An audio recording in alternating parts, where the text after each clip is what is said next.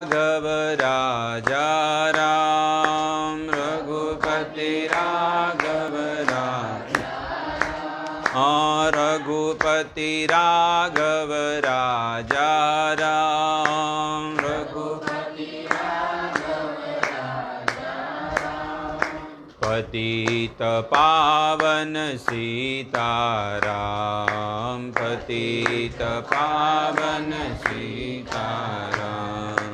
ओम नमो भगवते वासुदेवाय ओम नमो भगवते वासुदेवाय ओम नमो भगवते वासुदेवाय ओम नमो भगवते वासुदेवाय ओम नमो भगवते वासुदेवाय ओम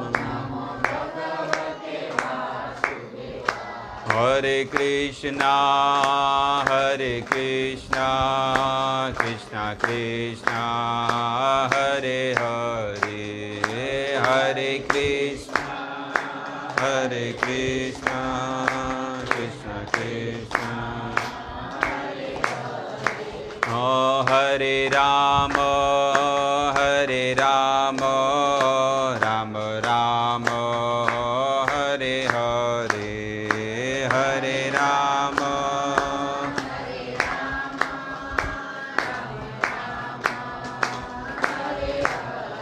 हरे कृष्णा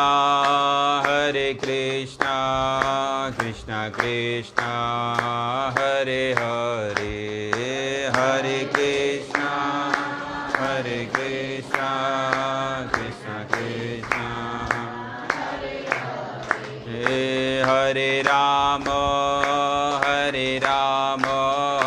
राम राम हरे हरे हरे राम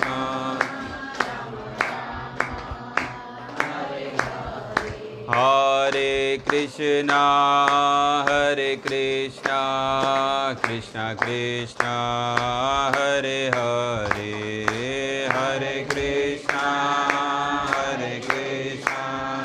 कृष्णा कृष्णा हरे हरे राम राम राम हरे हरे हरे राम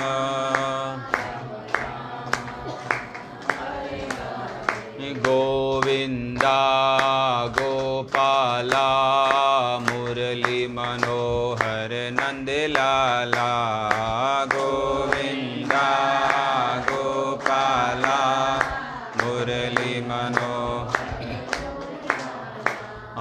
गोविंदा गोपाला मुरली मनोहर नंदलाला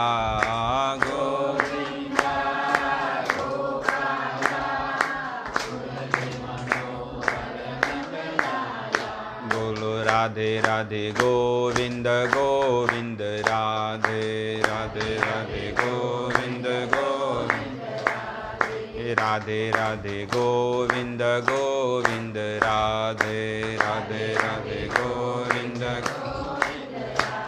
श्री राधे राधे गोविंद गोविंद राधे राधे राधे गोविंद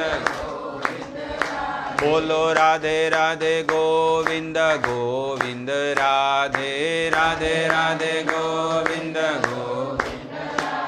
राधे राधे गोविंद गोविंद राधे राधे राधे गोविंद राधे राधे गोविंद गोविंद राधे राधे राधे गोविंद राधे राधे गोविंद गोविंद राधे राधे राधे गोविंद बोले कृष्ण कन्हैया लाल की द्वारिकाधीश की सीताराम लक्ष्मण हनुमान जी महाराज की जय। ओम नमो भगवते वासुदेवाय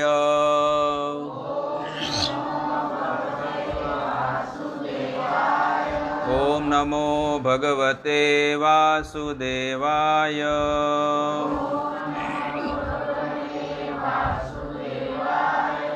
ઓમ નમો ભગવતે વાસુદેવાય.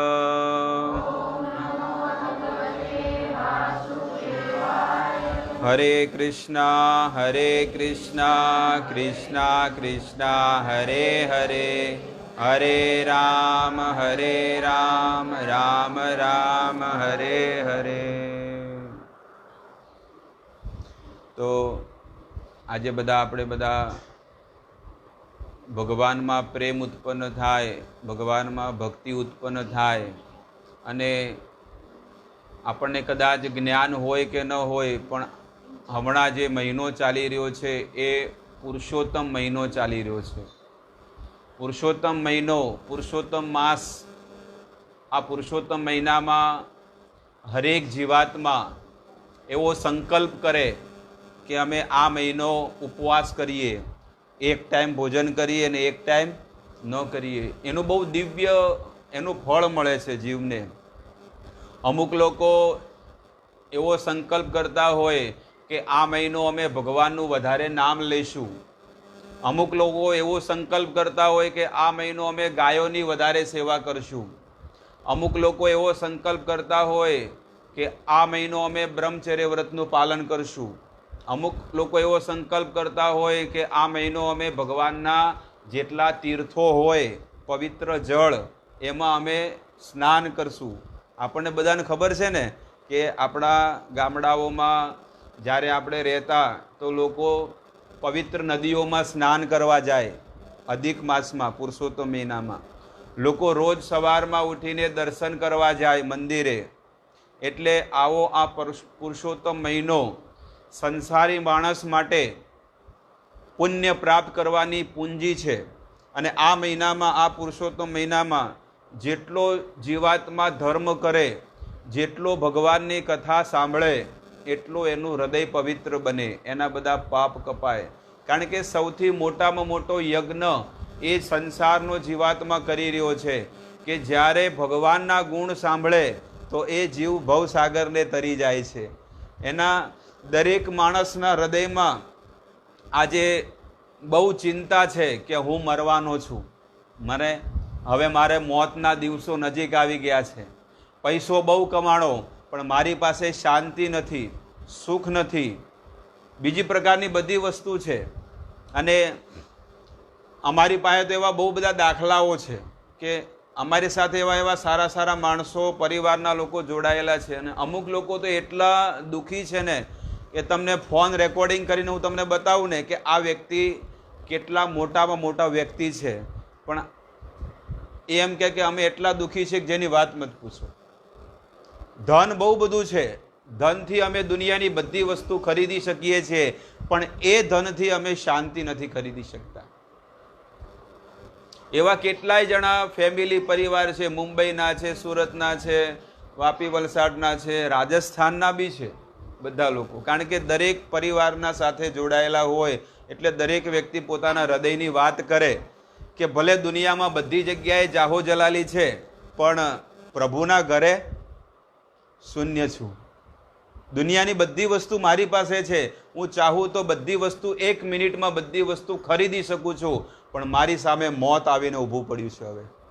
અને મારી પાસે ત્યાં જવા માટેનું શું છે, વિઝા, પાસપોર્ટ નથી. સમજી ગયા ને વાતમાં?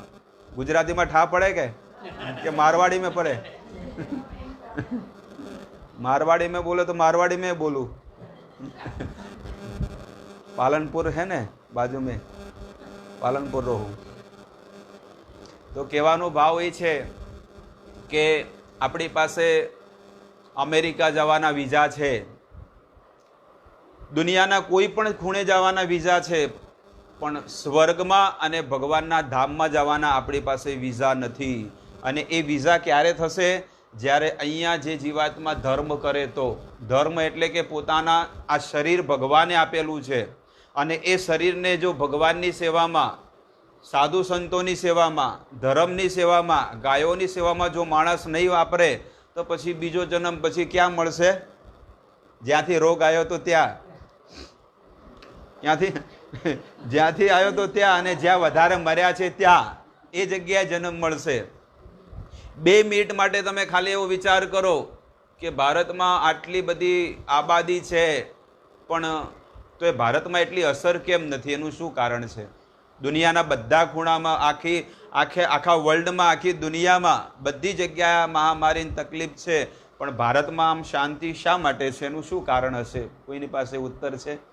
શું કારણથી આપણે 150 કરોડની પબ્લિકમાં 50,000 જ ખાલી મર્યા, અને એમાં બધા રોગીઓ જ હતા. એવું નથી કે કોઈ સ્વસ્થ મરી ગયા હોય, બરોબર છે?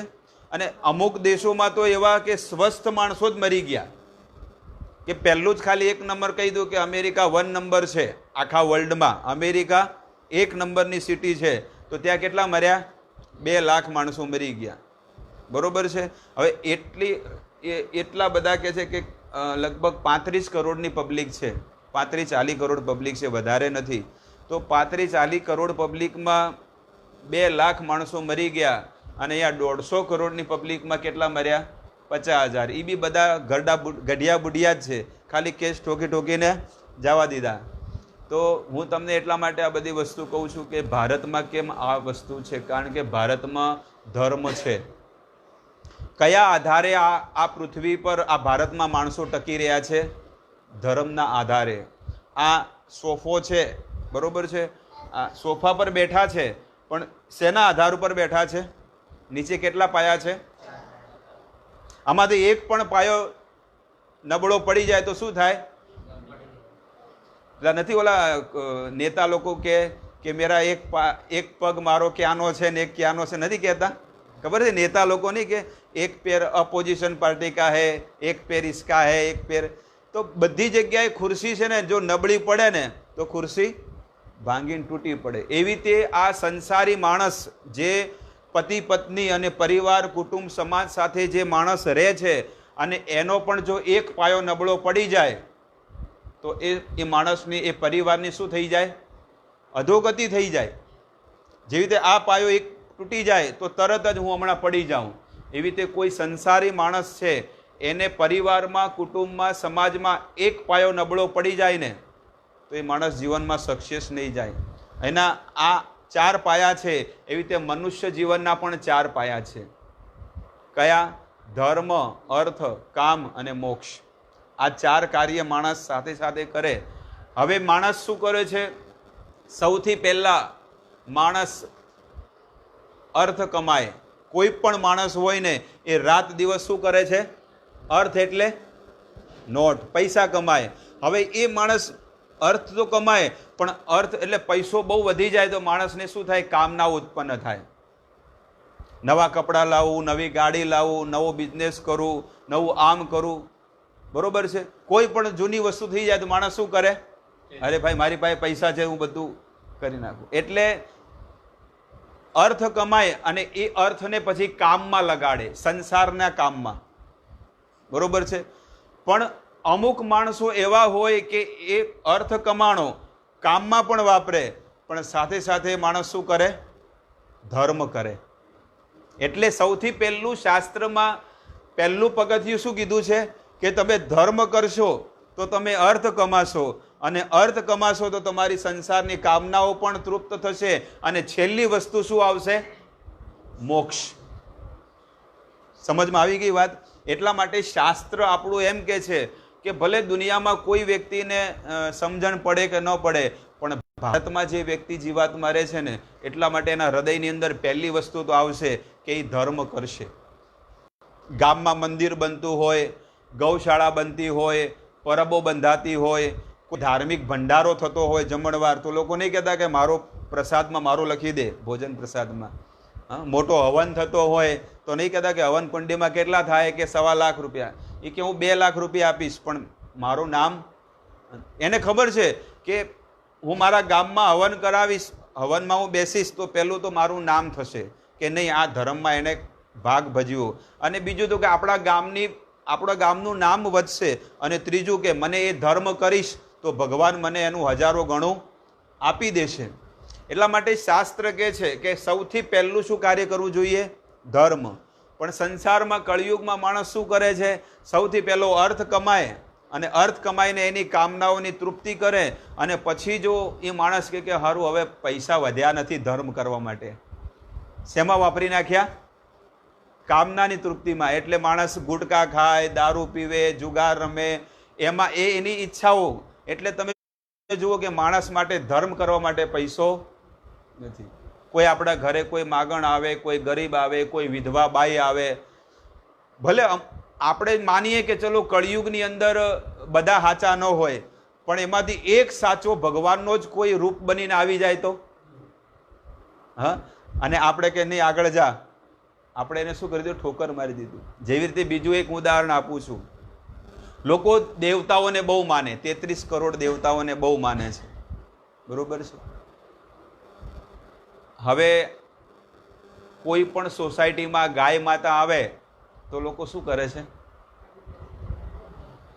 મંદિરમાં જાય, મંદિરમાં જળ ચડાવે, પેડા ચડાવે, બધું કરે, પણ ગાય માતા આવે તેને શું કરે? એટલે ભગવાન કૃપા કરીને છે ને એ ગાયનું રૂપ બનાવીને આવે છે, કારણ કે ગાયના શરીરમાં કોણ છે? 33 કરોડ દેવતાઓનો વાસ છે. તમે એક ગાય દત્તક લો ને, એક ગાય દત્તક એટલે ખોળે લો કે ભાઈ આની બધી જવાબદારી હું લઉં છું, તો એનું કેટલું મોટું પુણ્ય મળે?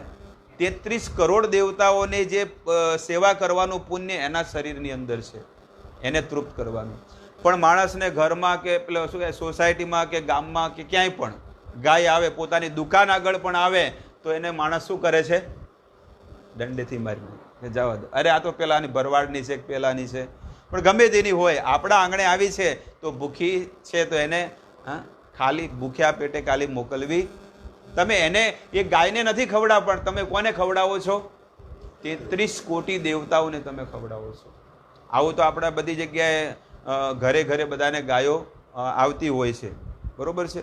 તો લોકો વિચાર કરે કે અમારા ગામ ઘરે આવશે કે દુકાન આગળ આવશે તો ગાય શું કરશે? પોડલો કરે. 33 કરોડ દેવતાઓ એ બધાએ એ ગાય માતાના શરીરમાં વાસ લઈ લીધો કે અમને તમારા શરીરમાં વાસ આપો. કઈ જગ્યાએ? તો ગાય માતાના શરીરમાં બધા દેવી દેવતાઓનો વાસ થઈ ગયો, બધા લોકો આવી ગયા. સાક્ષાત ભગવાનનો પણ વાસ એ ગાય માતાના અહીંયા કપાળ ઉપર છે, આગળ ભ્રિકુટી આગળ, બરોબર છે. એટલે તમે જુઓ કે જે નાસ્તિક લોકો જે ગાયનું ગળું વાઢે છે એની શું દશા થશે? જીવતે જીવતા ગાયનું જે ગળું વાઢવાવાળા એની શું દશા થશે? એ બીજા કોઈને નથી કાપતા, એ સાક્ષાત ભગવાનનું જ ગળું વાઢી રહ્યા છે. અને બહુ ખતરનાક યોનિઓમાં એ માણસો જીવાત્માઓ ભટકશે કે જેને આવા માણસો છે, બરોબર. હવે ગાય માતાના શરીરમાં બધાનો વાસ થઈ ગયો. લક્ષ્મીજી આયા, થોડું મોડું થઈ જાય કોકને, અમુક સત્સંગમાં આવતા હોય ને આપણે તો હવે સત્સંગ પતી ગયો હોય પછી કે ભાઈ હવે મને કાંઈ મળ્યું નહીં લાભ, એવું થાય ને. પેલું સત્સંગ થાય તો લોકો શું કરે?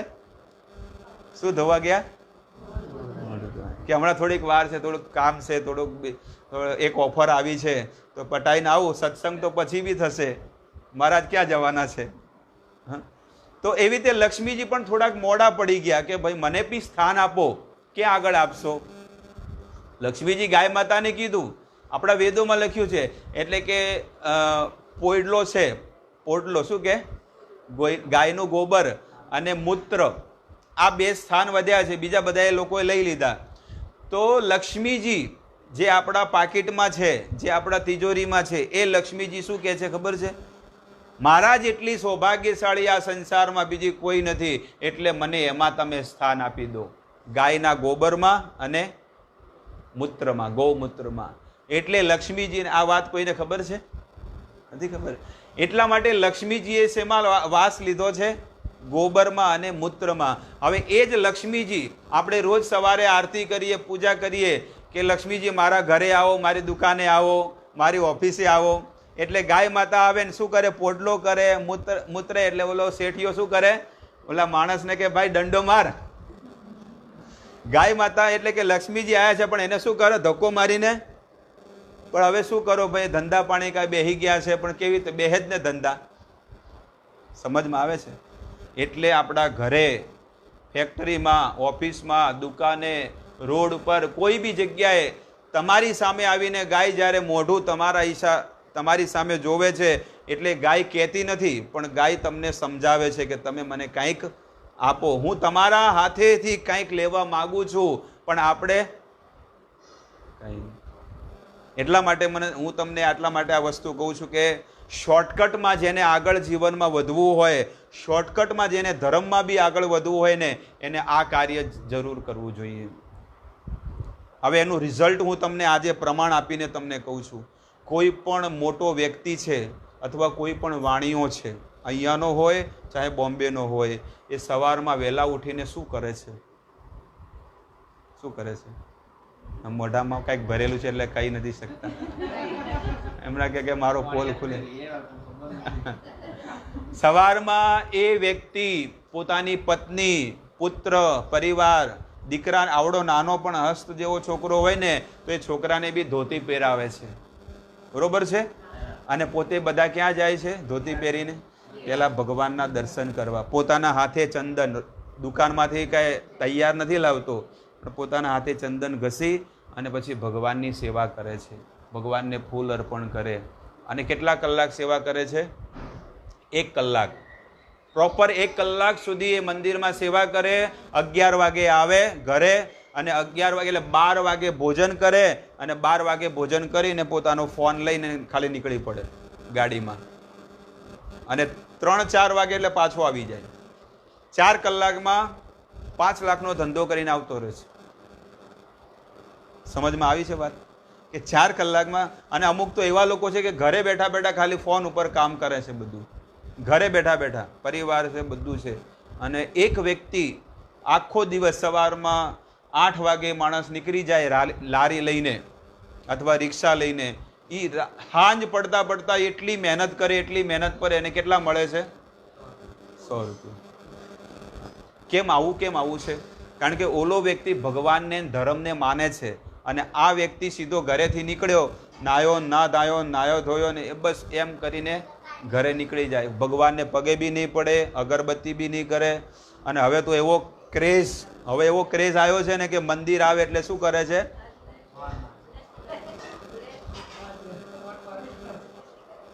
એમ કે છે.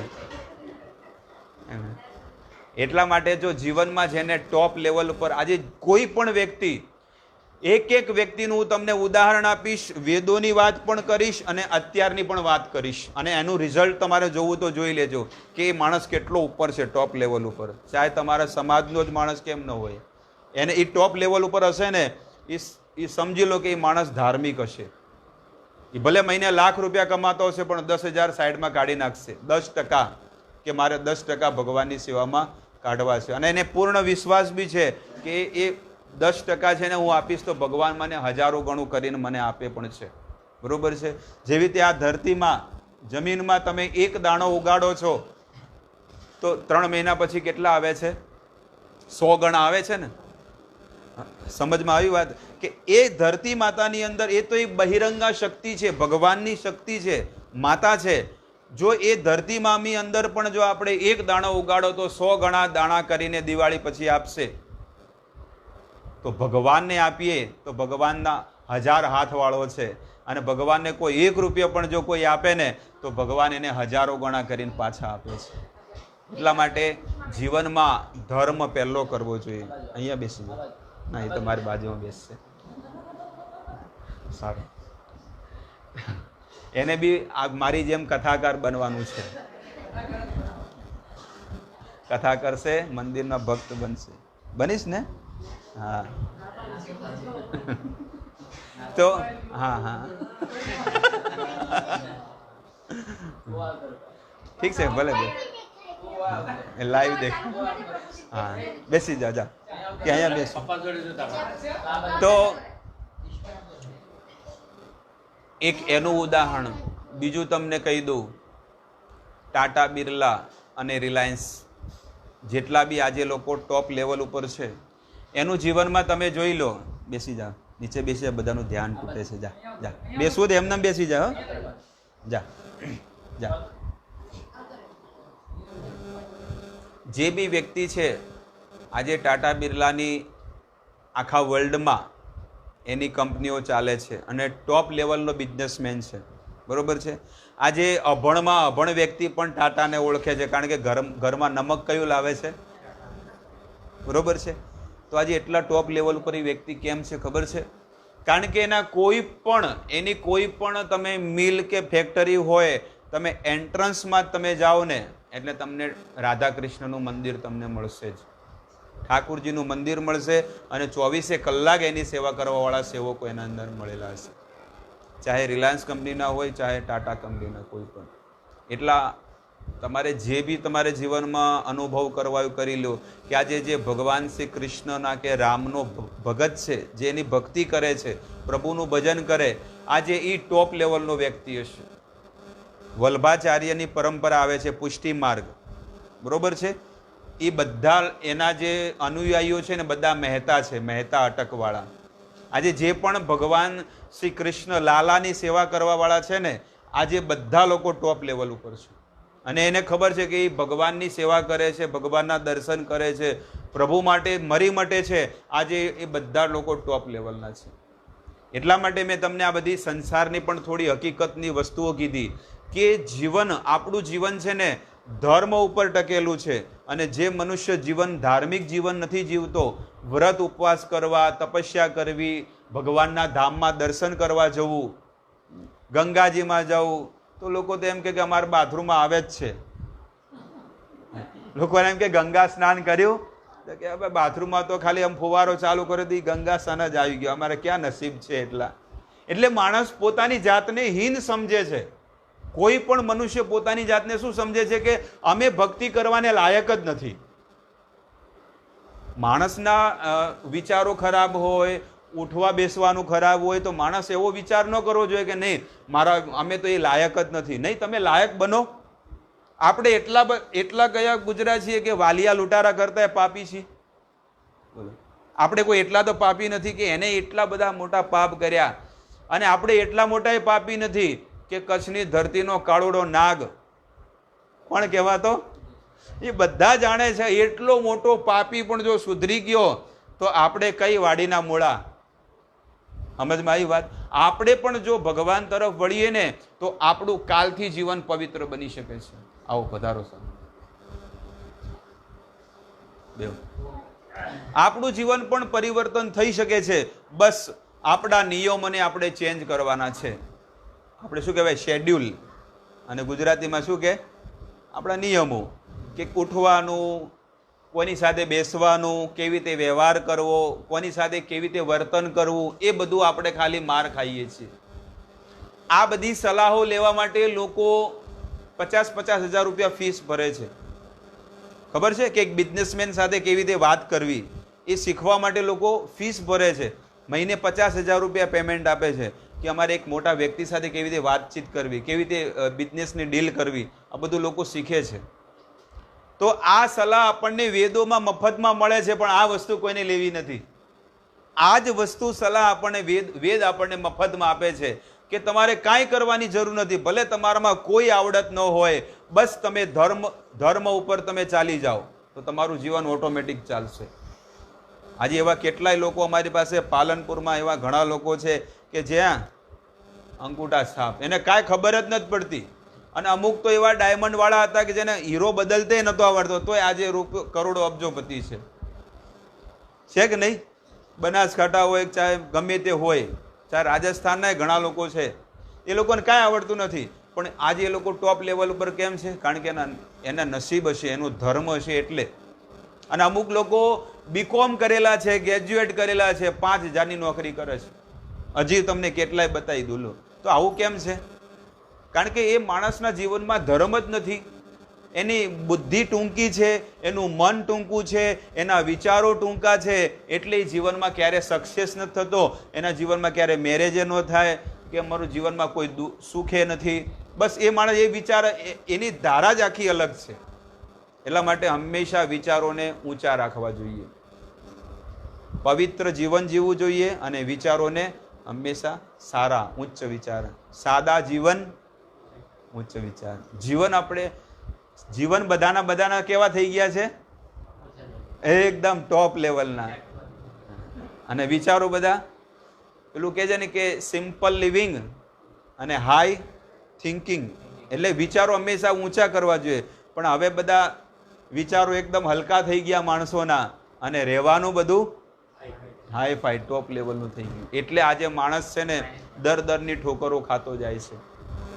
એટલે જે વ્યક્તિ નશા કરે છે, જે વ્યક્તિ નશાખોરી છે ને, એ જીવનમાં ક્યારે ધર્મના માર્ગમાં આગળ નહીં વધી શકે. એટલે આ 4 પાયા તમને સમજાવું છું. હવે આવો મૂળ ગૃહસ્થ જીવન ઉપર. જે વ્યક્તિ માંસાહાર કરે છે એનો બીજો પાયો તૂટી ગયો છે. એટલે એ જીવનમાં ધર્મના માર્ગે પોતાના સંસારના જીવનમાં ક્યારે આગળ નહીં વધી શકે. એટલે માંસાહારી અને દારૂ પીવા, નશા કરવા વાળા માણસો તમારે આ પટ્ટામાં જોવો જોઈ લો કેટલા લોકો છે કે નહીં. આજે એની પત્નીઓ બધી વિધવા છે અને ક્યાં પહોંચી ગયા? ઉપર નહીં, ક્યાં પહોંચી ગયા? નીચે. ઉપર તો સારા કર્મ વાળો જાય ઉપર. આપણે તો આમ કહીએ કે આમ પહોંચી ગયો, પણ ત્યાં થોડો પહોંચે. એ તો ત્યાં સર્ટિફિકેટ સારું હોવું જોઈએ, વિઝા ત્યાંનો હોવો જોઈએ તો ત્યાં બોલે. જેવી રીતે તમે અહીંયાથી અમેરિકા ફરવા ગયા હોય અને પૈસા પટી ગયા હોય, પછી તમારી પાસે ઇન્ડિયન પૈસા 100 રૂપિયાની નોટ હોય, તમે બોલો એટલે બોલો કે આ કાગળિયું શું હાલે, ફેંકી દે. સમજમાં આવી? 2000ની લાલ નોટ લઈને પણ તમે જાઓ ને કે લો મારે હોટલમાં મારે ખાવું છે, કે આ ફેંકી દે, આ તો કાગળિયું છે, આ કાંઈ કામનું નહીં. ત્યાં શું ચાલશે? ડોલર કે પાઉન્ડ જે બી હોય, ડોલર ચાલે. બરોબર છે? તો એવી રીતે સ્વર્ગમાં જવું હોય તો સ્વર્ગમાંનું પણ એનો જે ડોલર ચાલે છે એ શું છે? ધર્મ. તમારી પાસે ધર્મ હશે તો ત્યાં એન્ટ્રી છે, ન કે કાંઈ એન્ટ્રી નથી. એટલે જે વ્યક્તિ નશાખોરી છે, જે વ્યક્તિ માંસાહારી છે, જે વ્યક્તિ જુગારી છે, જુગાર રમતો હોય, એ પણ જીવનમાં ક્યારે આગળ નહીં વધે. તમારે એનું ઉદાહરણ મહાભારતમાં જોઈ લો કે ભગવાન પાંડવોના જીવનમાં, કૌરવો પાંડવોનું જીવનમાં જીવન ચરિત્રથી આપણને સમજાવે છે. હકીકત પાંડવોનું જીવન એવું નહોતું, પણ ભગવાન આવી લીલા કરીને સંસારના લોકોને સમજાવવા માગે છે કે જે વ્યક્તિ જુગાર રમવા વાળો હશે, શતરંજ સટ્ટા રમવા વાળો, એ માણસ ભલે યુધિષ્ઠિર જેવો કેમ ન હોય, પણ એને પણ પડવું પડશે અને એને બી જીવનમાં દુઃખ સહન કરવું પડશે. એટલા માટે જુગાર, માંસાહાર અને પર સ્ત્રી ગમન, કોઈ બીજાની સ્ત્રી સાથે જો કોઈ ખોટું કર્મ કરે છે તો એનો ધર્મનો બી ચોથો પાયો નષ્ટ થઈ ગયો. એટલા માટે આપણે બધા ગૃહસ્થ વ્યક્તિઓ છીએ, સંસારી વ્યક્તિઓ છીએ. ભલે ભગવાનને ધીરે ધીરે પ્રાપ્ત થશું, પણ પ્રાપ્ત થશું. એટલા માટે જીવન હંમેશા સારું જીવવાની કોશિશ કરવી જોઈએ, કે આપણે હંમેશા સારું જીવન જીવવું જોઈએ. ક્યારે કોઈને સારું થાય તો કરીએ, પણ કોઈને જીવનમાં ક્યારેક ખરાબ ન કરવું જોઈએ. પણ માણસનો સ્વભાવ એવો છે કે આપણે ગુજરાતમાં એક કહેવત છે કે કૂતરાની પૂંછડી શું કે ભયમાં, પછી 100 વર્ષે કાઢે તો કેવી હોય. એમ માણસની પણ એવી દશા છે કે માણસ બહુ સાંભળે, બહુ ધર્મ કરે, બહુ વાંચે, પણ તોય માણસનો સ્વભાવ નહીં બદલાતો. માણસનો બદલાય. ગમે તેવો માણસને એને ખબર છે કે ભાઈ આ ગુટકા ખાવાથી આપણે શું થશે, લખેલું છે ને અંદર મરાઠી ભાષામાં જેમાં બધું લખે કે તમે આ ગુટકા ખાશો તો તમારે કેન્સર થશે, તમારા પરિવારમાં દુઃખી થશે, અને જે બેંકોમાં પૈસા પડ્યા છે બધા દવાખાનાવાળા લઈ જશે, એટલે તમે આ 5 રૂપિયાની ગુટકા બંધ કરો. તો બી માણસ શું કરે? એક નહીં પણ કેટલી ખાય? એક સાથે 2 ખાય. હા, ખાધી કે નહીં ખાધી? એટલા ઘરવાળા. પણ હું એમ કહું છું કે માણસ તમે જુઓ કે એ માણસ એના વગર નથી રહી શકતો. ભલે પોતાના છોકરાઓને ખાવા નહીં મળે તો ચાલશે, પણ એના વગર નહીં રહી શકે. એટલા માટે કહે છે કે આ બધું છે ને અધર્મ છે, અને અધર્મનો પૈસો અધર્મમાં જશે. અધર્મનો પૈસો અધર્મમાં જ જવાનો છે, બીજે ક્યાંય નહીં જાય. પાપનો પૈસો પાપમાં જ જાય, એટલે દવાખાને જાય. તમારે જુઓ 5-5 લાખ, 10-10 લાખ. અમે તો સિવિલ હોસ્પિટલ અમદાવાદની જોયેલી છે. 1.5 વર્ષ સુધી ગયા છીએ સંબંધીઓને જે લઈને. 1.5 વર્ષ સુધી સતત દર 21 દિવસ સિવિલમાં જવું પડે, ડોઝ આપવા, શેક આપવા. અમે જોઈએ માણસોની દશા. એ કહે છે કે ડૉક્ટર સાહેબ મારી નાખો ઇન્જેક્શન આપીને. રીત સર કે હવે દુઃખ સહન નથી થતું, મારી નાખો. હા, વિચાર કરો કે શું કરે. અરે આજે વૃંદાવનમાં હોસ્પિટલ છે, વૃંદાવનમાં યુપીમાં જે છેલ્લા સ્ટેજ ઉપર છે ને, ચોથો સ્ટેજ કેન્સરનો, ત્યાં છેલ્લા સ્ટેજના ત્યાં પડ્યા છે વૃંદાવનમાં. એ લોકો તડપી રહ્યા છે અંદર, એવી ખેંચ. એડ્સ વાળો અને કેન્સર વાળો માણસની આ દશા છે. એ મોત માગે છે પણ એને મોત નથી આવતી. અને આપણું જીવન આટલું સુંદર પવિત્ર બધું છે પણ આપણને કોઈ કદર નથી. માણસે જીવન વેડફી નાખ્યું એમનેમ. નાનપણથી લઈને મોટા થયા, સ્કૂલમાં ભણ્યા, નોકરી ધંધો કર્યો, લગ્ન કર્યા, છોકરાઓ થયા, પણ કોઈ માણસને એમ નથી વિચાર આવતો કે ભગવાને મને 24 કલાક આપ્યા, મનુષ્ય અવતાર આપ્યો, ધન આપ્યું, સારો બિઝનેસ છે, બધું છે, પણ હવે મારે 24 કલાકમાંથી 1 કલાક મારા પ્રભુને આપવા છે, મારા ભગવાનને આપવા છે, કે મારા શ્વાસ ચલાવે છે. આ લોકડાઉનમાં હું ઉપડી ગયો હોત તો, ક્યાંક હું એનો અસરકારક થઈ ગયો હોત તો. હજી શ્વાસ ચાલે છે ને બધાના? ચાલે છે કે હજી પટી ગયા? તો ચાલે છે એટલે હજી ભવિષ્યમાં હજી ચાલે. અમે તો આખા ભારતમાં ફરીએ છીએ. જો આ તો તમને કહી દઉં છું, આખા ભારતમાં ફરીએ છીએ, પણ આ લોકડાઉનમાં ક્યાંય નહોતા, પણ હવે આ પુરુષોત્તમ મહિનામાં અમે ફરીએ છીએ. કેટલા લોકોની અસરમાં હશે, સંપર્કમાં આવતા હશે, પણ એક વિશ્વાસ ઉપર જીવન ચાલે. એવું નથી કે ભાઈ લાગી જ જશે ને થઈ જ જશે, પણ વિશ્વાસ સાથે કે આપણે ભગવાનના ગુણ ગાઈએ છીએ, નિશ્ચિત ભગવાન આપણું સારું કરશે. તમે કોઈ પણ ભગવાનના કાર્યમાં તમે કાર્ય કરો, અવશ્ય રક્ષી બે કૃષ્ણ ગોપતુત્વે વર્ણમ તથા. દુર્યોધને ભગવાનમાં વિશ્વાસ નહોતો, ભગવાન હામે ઊભા હતા, પણ એ ભગવાનને ભગવાન માનતો. તો દુર્યોધનને ભગવાન કહે છે કે તને ખબર છે કે હું ભગવાન છું, આખી સૃષ્ટિનો તારણહાર છું, અને એક સુદર્શન ચક્રથી બધાને ઉડાડી નાખવા વાળો છું, અને વિશ્વરૂપ ભગવાનને બતાડી દીધું કે જો મારી અંદર બધા દેવતાઓને બધા મારી અંદર છે. તો દુર્યોધનને કહે છે કે તારું મન કેમ મારામાં લાગતું નથી? આખી દુનિયા મને ભજે છે. એટલે દુર્યોધનનું વાક્ય મહાભારતમાં છે, ગ્રંથમાં. દુર્યોધન કે છે જાનામી મે ધર્મમ. હે કૃષ્ણ, હે દ્વારિકા વાળા, હું જાણું છું કે ધર્મ શું છે. ન ચ મે મતિ, પણ મારી મતિ એમાં લાગતી મારે નથી લાગતી, કારણ કે મતિ તમે જ બનાવવા વાળા છો. બાકી મારે લગાડવી તો હમણાં લગાવી જ, મારી મતિ લાગતી જ નથી. જાનામી મે અધર્મમ, અને અધર્મ પણ હું જાણું છું કે અધર્મ કોને કહેવાય, પાપ કોને કહેવાય. પણ સ્વાભાવિકી મે રતિ, પણ મારી મતિ સ્વાભાવિક એમાં લાગી જ જાય છે. કોઈ એમ કે આ કામ કરવાનું છે તો હું તરત કહી નાખું, ભલે ખોટું હોય. રાવણના જીવનમાં બી 2 વિચાર આવ્યા હતા કે જેટલું 3 ભાગનું પાણી છે પૃથ્વીમાં એને હું મીઠું કરી નાખું. રામાયણમાં લખેલું છે. રાવણે છેલ્લે ઉપદેશ આપેલો. કોને? લક્ષ્મણજીને. જ્યારે મૃત્યુ શૈયા પર સૂતેલો હતો ને, ત્યારે છેલ્લો સત્સંગ એને કરેલો છે. રામાયણમાં એના વચન છે. લક્ષ્મણે કીધું કે મને ઉપદેશ આપો, એટલે લક્ષ્મણને કહે છે કે જીવનમાં સારા વિચાર આવે તો તરત કરી લેવા, અને ખોટા વિચાર આવે તો પછી કરશું. ના નહીં પાડવાનું, કારણ કે એને એમ ના પાડી દેશો ને તો પાછો વધારે રાતે ઊંઘશો ને તો વધારે મગજમાં આવશે. એટલે એને પેન્ડિંગમાં રાખીશ. ખોટા વિચાર આવે ને એટલે કે ભાઈ હમણાં 2020 છે, કોરોના છે, 2022માં કરશું. જે બી કોઈ બી ખોટું કામ મગજમાં, એટલે કે 2 વર્ષ પછી વાત, પેન્ડિંગમાં રાખો ને, પોતાના મનને થોડુંક સાચવી લેવાનું. પણ સારો વિચાર આવે તો તરત કરી દેવાનું. કર્ણ દાનવીર કહેવાતો. કર્ણ કોણ કહેવાતો? દાનવીર કહેવાતો. એટલે કર્ણ રોજ સવારમાં ઉઠે એટલે રોજ સોનાનું દાન આપતો. જેટલા બ્રાહ્મણો, સાધુ સંતો બધાને રોજ સોનાનું દાન આપે, એટલે એને નામ શું પડ્યું? દાનવીર કર્ણ પડ્યો. અને સત્યવાદીઓમાં કોનું નામ પડ્યું? હરિશ્ચંદ્ર રાજા. આપણા દાદાનું નામ આવ્યું કોઈનું? આપણા પરિવારમાંથી કોઈનું નામ આવ્યું કે ભાઈ આ ફલાણા હતા ને ફલાણા હતા? નહીં. એટલે વેદોમાં આપણું બી નામ આવવું જોઈએ. શાસ્ત્રોમાં ભગવાન જ્યારે શાસ્ત્ર બીજા લખશે તો એમાં બી આપણું બી નામ આવશે કે નહીં, અમારા બી આ ભક્ત હતા, કે આવી શુદ્ધ સેવા, શુદ્ધ ભજન કરવા વાળા હતા. એટલે ભગવાનની નજરમાં હંમેશા આપણે સારા બનવાનું છે. સંસારની નજરમાં તો સારા બની ગયા, 12 દાડા પછી કોઈ બોલાવે નહીં, કોઈ યાદે નહીં કરે. બરોબર છે? એ તો કે હજી તો ધંધો કરવા દો, કે ડેડ બોડી આવી કે નથી આવી, એ સુરેશભાઈ ને રમેશભાઈ ને મહેશભાઈ એ નામથી નહીં જાણે. પછી શું કે ડેડ બોડી આવી? અત્યારે તો બધા નામથી બોલાવે ને એક બાજુમાં, કે ભાઈ રમણભાઈ સુરેશભાઈ જે બી નામ હોય. પછી માણસ મળદું થઈ જાય તો કે બોડી ક્યારે આવશે? એટલે કે પછી હું પહેલાં જમીને મારું કામ પતાવીને પછી હું આવું.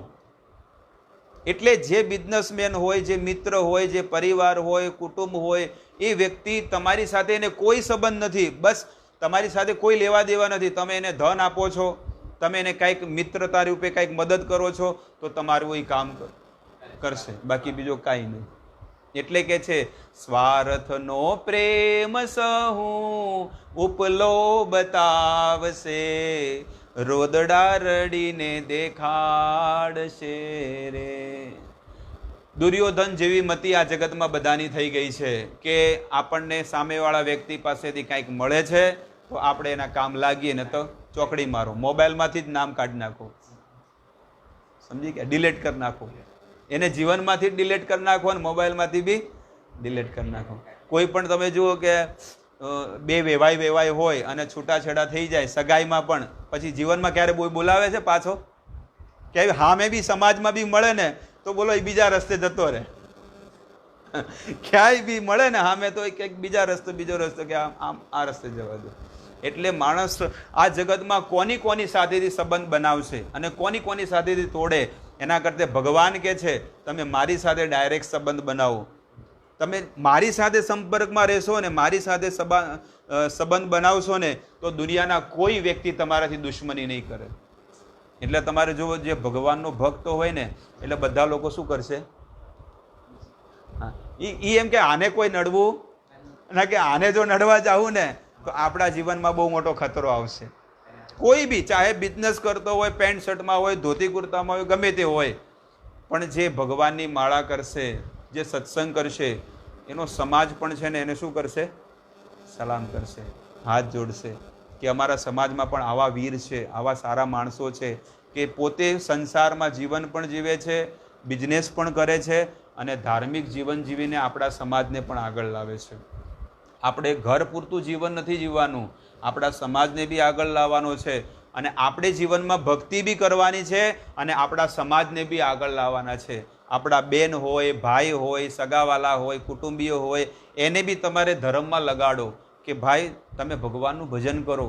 કેટલું આપણું મોટું સૌભાગ્ય કહેવાય કે ભગવાને આપણા શ્વાસ હજી રાખ્યા છે. હજી આપણને ભગવાનની હજી કંઈક ઈચ્છા હશે કે કાંઈ વાંધો નહીં, આજે નહીં તો કાલે સુધરશે, કાલે નહીં તો 2021-22માં, પછી નહીં સુધરે તો કંઈક બીજો કંઈક રોગ, પછી કંઈક કરીશ, કંઈ વિચાર કરીશ, પણ હમણાં થોડોક સમય આપો. હા, પેન્ડિંગમાં જો કહે છે ને, સરસ. એટલે સરકાર બી તમે જુઓ કોઈ બી તમારે લાઇટ બિલ વાળો આવે તો તમને છે ને પહેલાં શું કરે, બે મહિના સુધી વોર્નિંગ આપે, ભાઈ બિલ ભરી દેજો. તમારું મકાન કે બિલ્ડિંગ કે થોડુંક રોડ ઉપર હોય તો તમને શું મોકલે છે? નોટિસ મોકલે, ભાઈ તમારે રોડથી થોડુંક બહાર ઓલું શું આવ્યું છે સજુ, એ કે તમે પતરું આવ્યું છે તો તમે એને હટાવી દેજો. એટલે ત્યાંનો એ અંદરનો અંગત વ્યક્તિ કહી દે કે ભાઈ મને એવો ભણકાર આવી ગયા છે ઉપરથી કે ભાઈ આવતા મહિને ચોથો મહિનો છે કે માર્ચ એન્ડિંગ, એટલે કે બધું બતાવો તો પડે ને હિસાબમાં 2020માં, એટલે કે ભાઈ સતર્ક રહી જાજો, પાછી અંદર છત્રી ખેંચી લેજો કે ઓલો આવીને ઉપાડીને લઈ જશે. એટલે ઓલો છત્રી અંદર ક્યાં ખેંચું, છત્રી જ ઉખાડીને લઈ લઉં પછી લગાડશું માર્ચ એન્ડિંગ પછી. એટલે કહેવાનું તાત્પર્ય એ છે કે સરકાર પણ નોટિસ મોકલે છે અને તોય માણસ ન સુધરે તો પછી બુલડોઝર આવે છે ને, જેસીબી.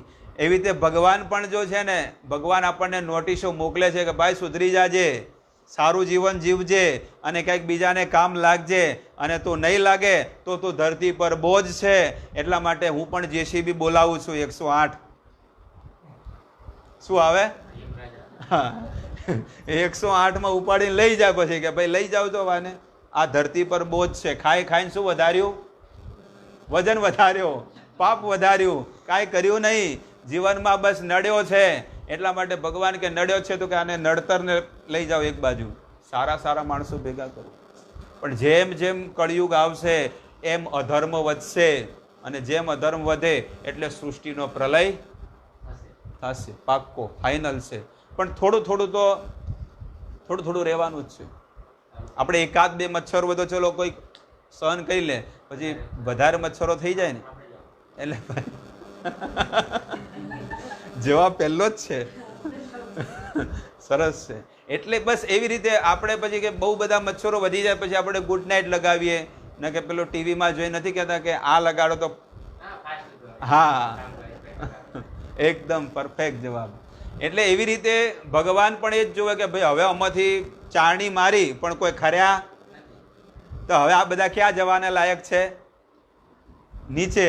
એટલે કે હવે કે શિવજીને કે ભાઈ તમારી આ ખોલો અને બધું પ્રલય કરી દો. હવે કાંઈ સવારથી સાંજ સુધી તમે દુકાનમાં બેઠા હોય, ધંધો ન થાય તો 7 વાગે શું થાય? દુકાન વધારી દો. હવે એવી રીતે ભગવાન પણ છે ને બ્રહ્માજીને કે શું થયું ભાઈ, કેટલા સાચા હીરા આવ્યા? એટલે ખાલી 1% જ આવ્યો. 8 કરોડ પબ્લિકમાંથી કેટલા આવ્યા?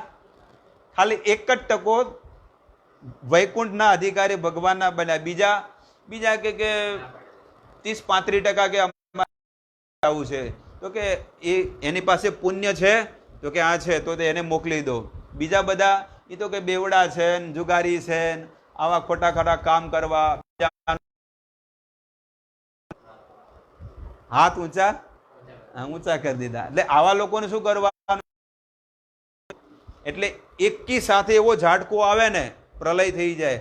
સૌથી પહેલા પાણી અંદર બધું ભરાઈ જાય. આખા આ જે બ્રહ્માંડમાં જેટલું પાણી છે ને એ બધું પૃથ્વીમાં આવી જાય અને બધું તહેસ નહેસ થઈ જાય. જોરદાર નીચે અનંત શેષ છે ને, આપણી બાજુ બધા ગોગ મહારાજ કહેતા હોય છે. થી એટલી બધી આગ નીકળ્યા જ કરે. કેટલા યુગો સુધી આગ નીકળે. એવું નહીં કે ભાઈ 5 મિનિટ આગ નીકળે. યુગોના યુગો સુધી થઈ જાય ત્યાં સુધી આખી સૃષ્ટિનો પ્રલય ન થાય ત્યાં સુધી આગ ચાલુ રહે. પછી એનો ભગવાન છે ને એ બ્રહ્માંડને પોતાના અંદર વિલય કરે અને નવું બ્રહ્માંડનું સર્જન કરે. જે લોકો સ્વર્ગના અધિકારી હતા અને જે બધા ભટકવાના હતા એટલે પછી ભગવાન એને પાછો મનુષ્યનો અવતાર આપે છે. મગજમાં બધી બેસે છે ને. આપણે આ કપડાં મેલા થઈ જાય બરોબર છે, સાંજે કાઢી નાખીએ. હવે કાઢી નાખીએ પછી બેનો સવારે શું કરે? બિચારા જે નાના માણસ હોય એને તો વોશિંગ મશીન તો ન હોય એટલે બરફમાં પલાળીને મૂકી રાખે. પછી બરસથી પણ મારવાથી ડાઘ ન નીકળે તો એને કાઢે. વોશિંગ પાવડર, નિર્માણ જે બી હોય એ લગાડીને તોય મેલ ન નીકળે શું કરે? ધોકા મારે કે ના મારે? એ શા માટે મારતા હશે? બરસ ને સાબુન, ધોકા શા માટે મારે છે? મારે છે કે આ એવી રીતે એ કપડું મેલું થઈ ગયું. સવારથી સાંજ સુધી એ કપડાને ધોવો પડે, એને ધોકા. એવી રીતે સંસારમાં માણસ 1 વર્ષથી લઈ મલિન બની જાય, મેલો બની જાય. એટલે નરકમાં એક ફેક્ટરી છે કપડા ધોવાની, તો ત્યાં એને લઈ જાય અને પછી એને ન પડે તો પછી શું છે? ધોકા આવે તો ધોકાય મારે. તો એવા હજારો વર્ષો સુધી ગરુડ પુરાણમાં આપણે લખેલું છે. ગરુડ પુરાણમાં હજારો પ્રકારના નરક છે. જે પ્રકારના કર્મ કરે મળે છે. આવી રીતે આપણી સૃષ્ટિમાં અલગ અલગ જીવોને અલગ અલગ પ્રકારના સુખ અને દુઃખ મળે છે. જ્યારે નવી સૃષ્ટિ પ્રારંભ થાય એટલે ઋષિ મુનિઓ દ્વારા એ બધી ઔષધિઓ મોકલવામાં આવે છે. આ નવી સૃષ્ટિ, નવો બ્રહ્માંડ ચાલુ થાય, નવી સૃષ્ટિ, પૃથ્વીનું નિર્માણ એટલે ભગવાન દ્વારા નવી ઔષધિઓ મળે, નવી બધી વસ્તુઓ મળે અને બ્રહ્માજી પ્રગટ થાય. બ્રહ્માજી ફરીથી બધા જીવોને પ્રગટ કરે, બધા માણસોને, 84 લાખ પ્રકારના શરીરોને, અને પછી ભગવાન એના હૃદયમાં પરમાત્મા રૂપે આવે અને ત્યારે આ સૃષ્ટિ આખી ચાલવા માંડે છે. પહેલા સતયુગ આવે, પછી ત્રેતાયુગ આવે, પછી દ્વાપર યુગ આવે અને હવે છેલ્લો કળિયુગ આવે. અને કળિયુગના 5,500 વર્ષ વીતી ગયા છે. હજી 4,26,000 વર્ષ, 26,000 એટલા હજી બાકી છે આ કળિયુગને. એટલે લોકો કે સારું પાપ આટલું બધું વધી ગયું, રોગ આટલો વધી ગયો. અરે આવનારી પેઢીઓના તો બહુ ભૂંડી દશા થવાની છે. જો આપણે આવું બધું જોઈએ છીએ તો આવનારા જે 4.25 લાખ વર્ષમાં જે માણસો જે જીવન જીવશે એની શું ભૂંડી દશા થવાની છે.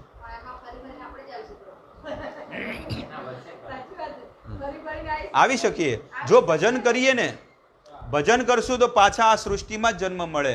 પણ જો ભજન કર્યા વગર જો મરી ગયા તો સીધા નરકમાં હળવાનું જ છે. ડાયરેક્ટ નથી મળતું. કોઈ એવો વિચાર કરે કે ના ડાયરેક્ટ મને માણસ મરે તો માણસ બનીને મળે તો થાય ને.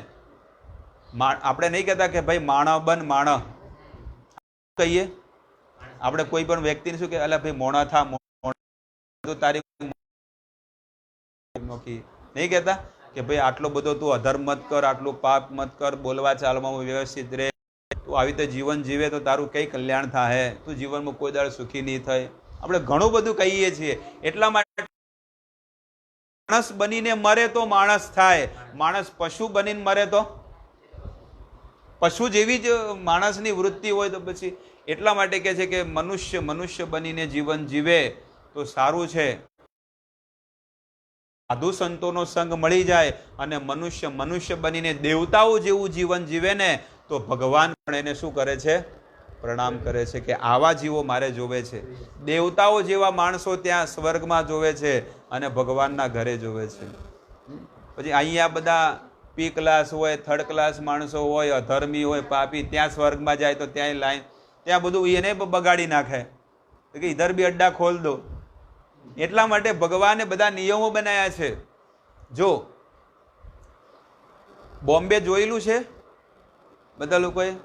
હા, જો એક કહી દઉં, 5,000 कमाता है तो विरार में नाला सोपारा में रहना है, 50,000 कमा रहा है तो बोरीवली में रहना है. समझी गया? 5 लाख कमाएगा तो लोखंडवाला में, अंधेरी में, और उससे भी ज्यादा अगर कोई कमा रहा है तो वालकेश्वर एरिया में. समझी ગયા? જેટલા પૈસા કમાવો એવી સોસાયટીમાં રહેવા મળે, એવી તે જેટલું જેવું પવિત્ર જીવન એવી જગ્યાએ. ચાલુ ડબ્બામાં પણ જગ્યા મળે છે. અહીંયાથી મારવાડ જવું હોય તો ચાલુ ડબ્બો બી જાય છે, જયપુર બાંદ્રા, બરોબર છે. એમાં એસી બી છે અને રિઝર્વેશનનો બી છે અને 2 ટિયર બી છે અને 3 ટિયર બી છે, બરોબર છે. અને રાજધાની બી છે, સુપરફાસ્ટ જવું હોય તો બધી ટ્રેનો છે. પણ તમારી પાસે ટિકિટ કેવી છે એના પર આધાર છે. ટિકિટ તો અહીંયાથી મારવાડ જવું હોય કે અહીંયાથી મહેસાણા જવું હોય તો મહેસાણાના માત્ર ને માત્ર કેટલા? 150 રૂપિયા છે ચાલુ ડબ્બાના. રિઝર્વેશનના કેટલા? તો કે 400 રૂપિયા, 350-400 રિઝર્વેશનના. એસીના કેટલા? કે 700 રૂપિયા, 800 રૂપિયા. જેવા પૈસા એવી સીટમાં બેસવા મળે. હવે કોક એમ કે સારું પૈસા બચાવવા હેડો કે જનરલ ડબ્બામાં જતા રહો, પણ જનરલ ડબ્બામાં એવા બધા બેઠા હોય આખી રાત ગંધ ગાર્ડન જેવી વાત મત પૂછો. એને એટલી બધી ગળદી હોય, તમારું પાકીટે કપાઈ જાય ને એ પૈસા બચાવવામાં દોરો એ જતો રહે. અને કોકના તો સુટકેસ હોય જતી રહે, જે આખા 6 મહિનાની કમાણી એમાં મૂકી હોય. લોભીઓના માલ લૂકે ને. એટલે કહેવાનું તાત્પર્ય છે કે એ તમે ભલે કદાચ આપણે કોઈ વિચાર કરે કે જનરલ ડબ્બામાં જઈએ 200 રૂપિયા બચાવવા માટે, પણ માણસની કેટલી દશા કેટલી ભૂંડી છે. એટલે કે છે કે જનરલ ડબ્બો કેવો છે? એક નરકની સમાન છે. રિઝર્વેશન ડબ્બો છે ને એ સ્વર્ગની સમાન છે. અને જે એસી એ ભગવાનના ધામની સમાન છે, વૈકુંઠ, ગોલોક, વૃંદાવન ધામ. કારણ કે એ ગીતાની અંદર વેદોમાં લખેલું છે કે એકવાર કોઈ પણ જીવાત્મા મારી પાસે આવે છે એ ફરીથી આ દુખાલે જગતમાં ક્યારેય આવતો નથી. આ ગીતાના વચન ભગવદ્ ગીતામાં ભગવાન કહે છે. પુરુષોત્તમ અધ્યાય 15મો અધ્યાયમાં કહે છે, ન તદ ભાસયતે સૂર્યો ન શશાંકો ન પાવક યદ ગત્વા ન નિવર્તન્તે તદ્ધામ પરમમ મમઃ. ગીતામાં ભગવાન 15મા અધ્યાયમાં કહે છે કે સ્વર્ગમાં જાય તો સ્વર્ગમાંથી પુણ્ય પટી જાય એટલે પાછું આ સૃષ્ટિમાં એને આવવું પડે છે. એ 12મા અધ્યાયમાં કહે છે કે પિતૃ યાંતિ પિતૃજા, જે પિતૃઓનું ભજન કરે ક્યાં જાય? નીચે પિતૃલોક છે, એ પિતૃઓના લોકમાં જાય. ભૂતાની યાતિ ભૂંતેજ્યા, જે ભૂતોનું ભજન કરે એ ભૂતલોકમાં જાય. અને યાંતિ દેવ વ્રતા દેવાન, જે દેવતાઓનું ભજન કરે એ સ્વર્ગમાં જાય. પણ યાંતિ મધ્યાજી નો અપીમામ, પણ ભગવાન શ્રી કૃષ્ણ કહે છે કે જે મારું ભજન કરે એ શરીર તેજ્યા પછી મારા ધામને પ્રાપ્ત કરે છે. ચાહે કોઈ તનથી કરે, ચાહે કોઈ ધનથી કરે, અને ચાહે ઘરે બેઠા બેઠા મનથી પણ કરે. ભગવાન મારી પાસે ધન નથી અને શરીરથી હું મંદિરે નથી આવી શકતો, પણ ઘરે બેઠા બેઠા પણ હું ભજન કરીશ, સ્મરણ કરીશ, ચિંતન કરીશ. વૃંદાવન, ગોકુળ, મથુરા, દ્વારકા, હરિદ્વાર, બધી જગ્યાએ જ્યાં આપણે ગયા હોય એનું રોજ સવારમાં માનસિક ચિંતન કરવાનું. જે જગ્યાએ ગયા હોય ને એ ભગવાનના ધામને યાદ કરવાનું. ગોવર્ધન, દ્વારકા નગરીમાં ગયા તો દ્વારકા નગરીમાં દ્વારકાધીશનો વિગ્રહ જોયો છે. દ્વારકાધીશના વિગ્રહ કોને દ્વારકાધીશના દર્શન કર્યા? બસ હા. તો બીજા શું કર્યા? હોટલોના કર્યા, સિનેમાના કર્યા, એ બાકી છે. એટલે દ્વારિકાના નાથ છે ને એના દર્શન કરી લો, કારણ કે રાજા રણછોડ છે અને આપણે ગુજરાતના છે. એક વાર છે ને જીવનમાં એના દર્શન કરી લો ઠાકુરજીના, અને એ ગોમતી નદીમાં સ્નાન કરી લો, જીવન ધન્ય ધન્ય બની જશે. ન કે તો જીના યહાં અહીંયા ને અહીંયા મરી જવાના છીએ, કાંઈ ભાળવાના નથી. કોઈ એમ કે મારા છોકરા મને લઈ જાય, ગયડા થાય, તો કોઈ નહીં લઈ જાય. આપણે જેટલો ભગવાનના ધામમાં ગયા, દર્શન કર્યા, જેટલા તીર્થોમાં સ્નાન કર્યું, જેટલી કથાઓ સાંભળી, જેટલી માળાઓ કરી, એટલી કામની છે. ન કે ઘડપણમાં તો પેલું કે છે ને, પછી ઘડપણમાં ગોવિંદ ભજાશે નહીં. ઘડપણમાં પછી કાંઈ નહીં, ઘડપણમાં ખાલી પતા હાથ પાડવાના. ઘડપણમાં શું થાય? ઓલા બતાસા આવે ને, હોળીમાં આપે ને બધા, હેડો કહેડો શું કે. એટલે કે ઘડપણમાં માત્ર ખાલી ગલ્ફા કાઢવાના, બીજું કાંઈ નહીં. સામેવાળાને રંગી નાખવાનો વગર હોળીએ. બોલો, દાંત તો હું રહે નહીં. અત્યારે આપણે કીધું હોય, તમને બધાને હું કહું, બોલો હરે કૃષ્ણ, બોલો હરે કૃષ્ણ, કૃષ્ણ કૃષ્ણ હરે હરે, હરે રામ, હરે રામ, રામ રામ, હરે હરે. હવે કોઈક ડોશીને કીધું હોય, ડોહાને કીધું કે ભાઈ તમે બોલો હરે કૃષ્ણ, હરે કૃષ્ણ, હરે કૃષ્ણ, કૃષ્ણ કૃષ્ણ, હરે હરે. એ ઘરડો પછી એ કિતના કિતના હરે હરે, સમજી ગયા? એ કૃષ્ણ કૃષ્ણ નહીં કે, પણ કે કિતના કિતના. એટલા માટે એ ભગવાનનું નામ ક્યારે નહીં લઈ શકે. અને લકડીના ટેકે ટેકે જો મંદિરે ક્યાં બાથરૂમમાં જઈ શકે ને, તો એને ધન્યવાદ માનવો જોઈએ. તો એ લોકો નહીં કહેતા કે ભાઈ દાદા કેમ છે, કે હા સારું છે, લકડીના ટેકે ટેકે જોઈ છે, હજી તો સારું છે. બસ આ દશા છે આ જગતની. એટલા માટે આ કાયા, જ્યાં સુધી આ કાયા પર બુલડોઝર નહીં ફરે ત્યાં સુધી આ કાયાને સુધારી લો, જીવનમાં ધર્મ કરી લો. તમને જે વસ્તુમાં શ્રદ્ધા હોય એ વસ્તુમાં તમે આગળ તો વધો. કોઈને પિતૃમાં છે, કોઈને દેવી દેવતામાં છે, કોઈને ભગવાનમાં છે, પણ એમાં આગળ વધો. બસ તમે ત્યાં ઊભા મત રહો. એ જે લંગર જે છે ને, નદીના કિનારે લંગર લગાવેલું છે, એને કાઢી નાખો અને ધર્મના માર્ગે આગળ વધો. તો અહીંયા લગભગ 1-1.5 કલાક સુધી આપણે સત્સંગ કર્યો, ભગવાનના ગુણ ગાયા, ભગવાનની કેટલી મહિમા, કૃપા અને કરુણા, કે આપણને ભારતમાં જન્મ આપ્યો. જાપાનમાં આપ્યા હોત ને તો શું ખાતા હોત? નોનવેજ ખાતા હોય, પીઝા ખાતા હોય તો સારું હતું. ગાયનું માંસ ખાતા હોત. પાકિસ્તાનમાં, અફઘાનિસ્તાનમાં આપ્યા હોત ને તો ગોળીઓ બહાર કરતા હોત, બધાને મારતા હોત, આતંકવાદી બની ગયા હોત. હા, તો આપણને ભારતમાં જન્મ આપ્યો તો આપણામાં ક્યાંક તો જોયું હશે, કોક તો જોયું છે કે ના ના મને કોક સારો જન્મ આપો, ભારતમાં આપો, રાજસ્થાનમાં આપો, મારવાડમાં આપો, જ્યાં આપો એ આપો. આપણને આપ્યો ભારતમાં, પણ શા માટે આપ્યો? કે ભગવાને આપણામાં કંઈક સારું જોયું છે કે આ માણસ સારો છે, જીવનમાં આને કંઈક સુધરવું છે, કંઈક આગળ વધવું છે, એટલે ભારતમાં આપ્યો. ન કે ઓસ્ટ્રેલિયા, લંડન, જાપાન ત્યાં કર્યું હોત તો ત્યાં કોઈ સમાજ છે? હાય હાય છે.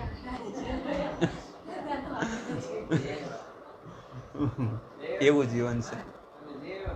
હવે જી આવ્યા હોય કે ન જી આવ્યા હોય, પણ માણસ એટલે કહેવાનો ભાવ એ છે કે બસ જીવન જેટલું જીવવું એટલું ભલે જીવ્યા, પણ હવેથી મારે કંઈક સારું જીવન જીવવું છે.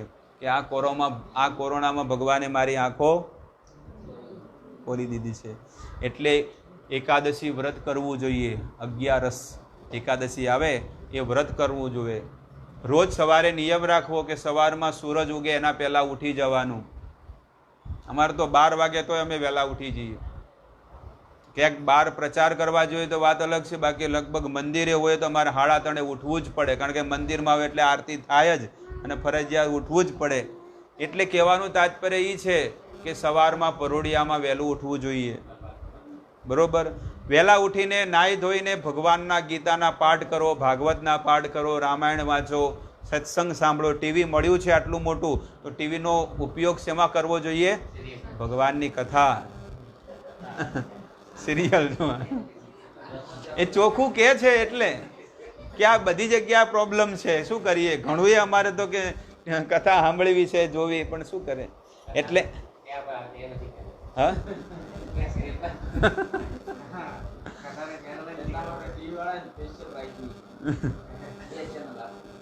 એટલા માટે સવારમાં વહેલું ઉઠવું, નાહી ધોઈ સ્નાન કરી એક આસન, પવિત્ર આસન પર બેસી ભગવાનનું ધ્યાન કરવું, સ્મરણ કરવું, અને પછી આપણા કામ ધંધે જવું.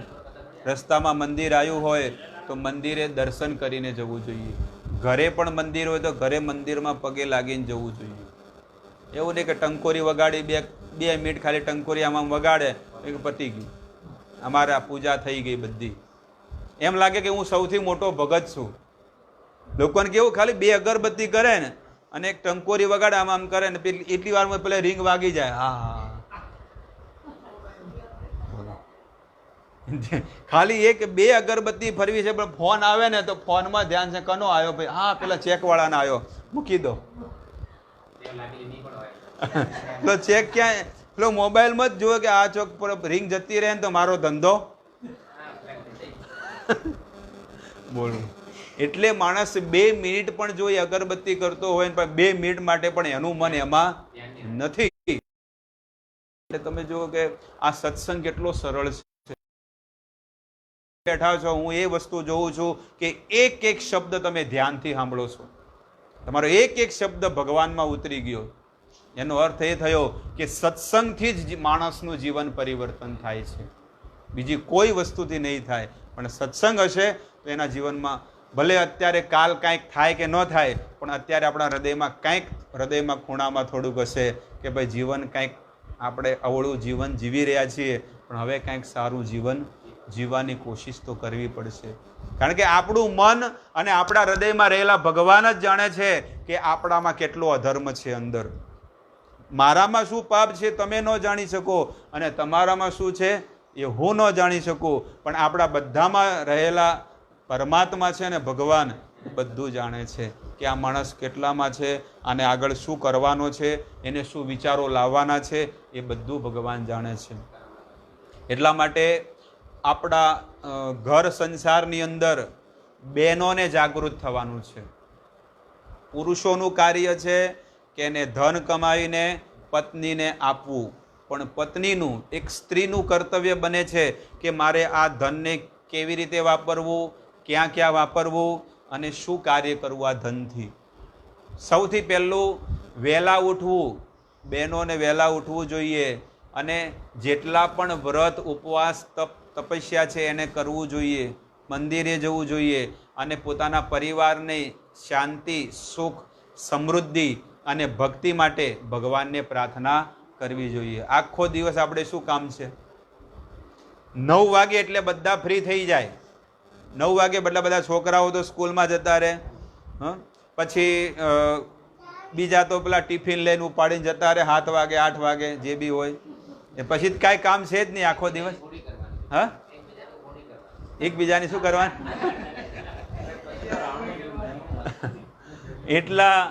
એટલા માટે બહુ સમજમાં જેવી વસ્તુ છે કે ઇતિહાસમાં બહુ સતી નારીઓ થઈ ગઈ. કુંતી મહારાણી, અહલ્યા, કેટલી બધી નારીઓ થઈ ગઈ.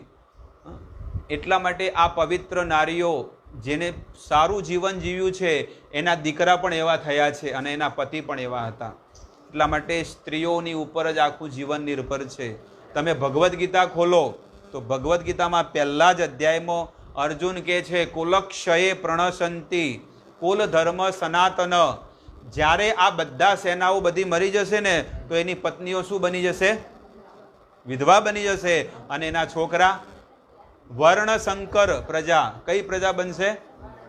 શંકરો નરકાય એવ કુલધાનામ કુલસ્ચ પતંતી પિતરો હૈશામ લુપ્ત પિંડોદક ક્રિયા. કારણ કે જો માને એ છોકરાની ઉપર પિતાનો આશરો નહીં હોય તો માં તો શું કરવાની છે? એટલા માટે એ પ્રજા વર્ણશંકર બનશે અને એના જેટલા પિતૃઓ પિતૃલોકમાં પહોંચી ગયા છે ને એ પણ નીચે પડી જશે. એટલા માટે પતિ અને પત્ની હંમેશા સરખું ચાલવું જોઈએ. પત્ની હોય કે પતિ હોય બંને ધર્મ કરતા હોય તો બંને ધર્મના માર્ગમાં સરખા ચાલવું જોઈએ. પણ એક ટ્રેક્ટરનું આગળનું ટાયર હોય અને એક પાછળનું વચ્ચોથી મેળવવાનું છે. સમજમાં આવી ગઈ વાત? પતિદેવને ધર્મ કરવો હોય તો પત્ની કે મેલો જ માથાકૂટ. હા, કે આપણે કે મંદિરે જવું છે, ભગવાનના ધામમાં જવું છે, આ કરો કે અરે ધંધો કરો ને પડ્યા કોરોનામાં 6 મહિના શું કર્યું છે?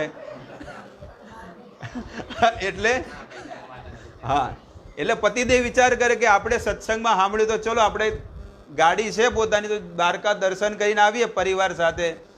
એ તો કે એવા તો રોજ કેટલાય બાવા આવે એનું સાંભળીએ તો પછી આપણે શું થવાનું છે? હા, આપણે બાવા. એટલે કહેવાનું તાત્પર્ય છે કે બહેનોનું કર્તવ્ય બને કે પોતાના સંતાનોને સારા સંસ્કાર આપવા જોઈએ. અને પતિ પત્ની બંનેવે સવારથી જ એવું સારું જીવન જીવવું કે જ્યારે તમે ભગવાનને પ્રણામ કરશો તો તમારો દીકરો પણ પ્રણામ કરશે. હવે બાપા આમ કરે તો બાપા ઢાંકણું ખોલે તો છે કે નહીં? એટલે આ ઘરની અંદર કોઈ પણ ઘરની અંદર જેવો વ્યવહાર થતો હોય ને વડ એવા ટેટા અને બાપ એવા બેટા. જેવા બાપ હોય બાપા જો ધાર્મિક હોય તો છોકરો પણ ધાર્મિક બને. ઘણા લોકો કે બાપા તો હિરણ્યકશિપુ રાક્ષસ જેવો, તો છોકરો કેમ આવો થયો? આવું પણ લોકો કહેવા માટે મળે કે તો રાક્ષસ હતો હિરણ્યકશિપુ, તેનો છોકરો કેમ? કારણ કે એના ગર્ભાદાન એની માએ છે ને 36,000 વર્ષ સુધી જે છે ને એની માતાએ આ ભાગવતનું શ્રવણ કરેલું. એટલે એની અસર એને પડી હતી. બાપાના ગુણ નતા આયા, પણ કોના આયા હતા? કયાદુ, એની પત્નીનું નામ હતું હિરણ્યકશિપુ. એટલે એ માતાને એવા સંસ્કાર ગર્ભમાં આપ્યા હતા. તો ગર્ભની અંદર જે બાળકને સંસ્કાર મળે ને એ બહાર એને નથી મળતા જેટલા ગર્ભની અંદર મળે. એટલે આ સાચી વસ્તુ મેં તમને એટલા માટે કીધું. લોકોને કોઈ બીને તમે જો મંદિરે કોઈ જાય, કોઈ સાધુ સંત પાસે જાય, ભગવાનના ધામમાં જાય તો લોકો શું કહે? બાપુ મારા છોકરાને આશીર્વાદ આપો તો. એ કે ભગવાનનો ભગત બની જાય, બહુ તોફાન કરે, મસ્તી કરે, અવળા રસ્તે જાય, એને ભગવાનનો રામનો ભગત બની જાય. અમારા છોકરા રામ જેવા નથી પણ પોતે રાવણ જેવા હોય. પોતે રાવણ જેવું રહેવું છે ને છોકરાઓને. હા, તો પોતે દશરથ બને તો છોકરા કેવા બને? રામ જેવા બને કે ન બને? એટલા માટે પોતે પેલા દશરથ જેવા બનો, કૌશલ્યા જેવા બનો, પણ મંથરા જેવી બની જાય, આગી પાછી કરવા વાળી બની જાય. અહીંયાની વાત પોલીને કે, ઓલીની વાત ત્યાં કે, પછી તોય કે કોઈને કહેતી નહીં હો. હું તને જ કહું છું, હું થોડે જ કહું છું, આગળ કહેતી નહીં. અને પેલી પાછી છે ને કે પેલી 2 જણને કહી દે કે હું તમને જ કહું છું, બીજોને કહેતી નહીં આ વાત કોઈને.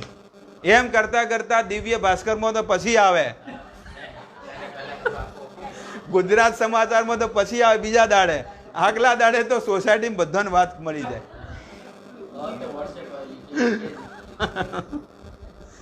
એટલે બહુ ધન્યવાદ. તમે બધા શાંતિપૂર્વક તમે ભગવાનની કથા શ્રવણ કરી અને નિશ્ચિત તમે જીવનમાં બહુ આગળ વધો, ભક્તિમાં, પરિવાર સાથે, કુટુંબમાં, ધનમાં, બિઝનેસમાં, બધી રીતે. પણ એક જ જીવનમાં આપણે વિચાર રાખવો જોઈએ કે હું આ જગતનો નથી, હું આ સૃષ્ટિનો નથી, હું ભગવાનના ઘરનો છું. પણ મારા કંઈક એવા અવળા કંઈક વિચારો કે કંઈક ને એવી કંઈક ભૂલ હશે, એ ભૂલના કારણે હું આ સૃષ્ટિમાં ફસાયેલો છું. તો ભગવાન મને એવી સદબુદ્ધિ આપો કે હું તમારામાં લાગેલો રહું. ભલે કદાચ આ જીવનમાં પણ હું મરી જાઉં, પણ મને આ જીવનમાં હું સારું જીવન જે જીવું છું, આવનારા હરેક જન્મની અંદર મને એવા આશીર્વાદ આપજો કે હું હરેક જન્મની અંદર આવી રીતે સુંદર સેવા કરું, ભજન કરું, ભક્તિ કરું અને મારો પરિવાર ને સમાજને પણ આગળ વધારું. એટલા માટે જીવન સારું જીવો. અને હકીકતમાં તમારામાં શ્રદ્ધા છે એટલે તો તમે ભગવાનના કાર્યમાં આવીને બેઠા છો. ન કે લોકો ન કહે હું મોઢું બાંધીને ઘરમાં રહો. એ વસ્તુ એટલે શ્રદ્ધા છે, એ શ્રદ્ધાને હજી વધારો અને ભક્તિના માર્ગે આગળ વધો. અહીંયા તો મારે 2 દિવસનો સમય હતો એટલે કીધું લાવો 2 દિવસે પુરુષોત્તમ મહિનામાં મારો એક સંકલ્પ છે કે આખો મહિનો બધી જગ્યાએ કથાઓ, સત્સંગ, પ્રોગ્રામ બધે કરવાના. એટલે 1 મહિના માટે આખો મહિનો તપસ્યા અને ભક્તિ અને ભગવાનના ગુણ આપણને ગાવા મળે અને બીજા લોકોને સાંભળવા મળે. તો આપણે અહીંયા બાલદા ગામ આવે છે ને, પારડી પાસે બાલદા, એ બાલદા ગામમાં હમણાં 7 દિવસની કથા આ રવિવારે પતી. લગભગ રોજના 250-300 જણા થતા હતા. બધા સોશિયલ ડિસ્ટન્સમાં બધા બેઠેલા. તો 7 દિવસની કથા ત્યાં પતી ગઈ. હવે પલસાણા ગામમાં જે નહીં એ નહીં આ પારડી ને હા ઉદવાડા પાસે રેમંડ કંપની છે ને, એમની પાછળ એક પલસાણા ગામ છે નાનકડું. ત્યાં માતાજીનું મંદિર છે. એ મંદિરમાં બહુ સુંદર પ્રાંગણ છે. તો ત્યાં પણ 7 દિવસની ભાગવત સપ્તાહ નક્કી થઈ છે. એ કાલથી છે, કાલે રાતથી ચાલુ થશે. એટલે કાલે બપોરે હું નીકળી જવાનો છું. પણ ભવિષ્યમાં બી ગમે ત્યારે મોકો મળે અને ભગવાન જો બોલાવે અને તમારું મન જો બોલાવે તો ફરીવાર આપણે અહીંયા આવશું અને ફરીવાર આપણે ભેગા મળીને આનાથી પણ થોડુંક મોટું આયોજન કરશું. ત્યારે તો કોઈ કોરોના નહીં રહે. ત્યારે સાઉન્ડ સ્પીકરમાં આપણે બીજા વધારે પણ લોકો 100-150 જણા બધા લાભ લે. તમારે તમારા પરિવાર, મિત્રો, સગાવાલાને કહેવાનું. બધા લોકોએ બધાને 1 જણો 10 જણાને લઈને આવે તો બી કેટલા લોકો ભેગા થાય.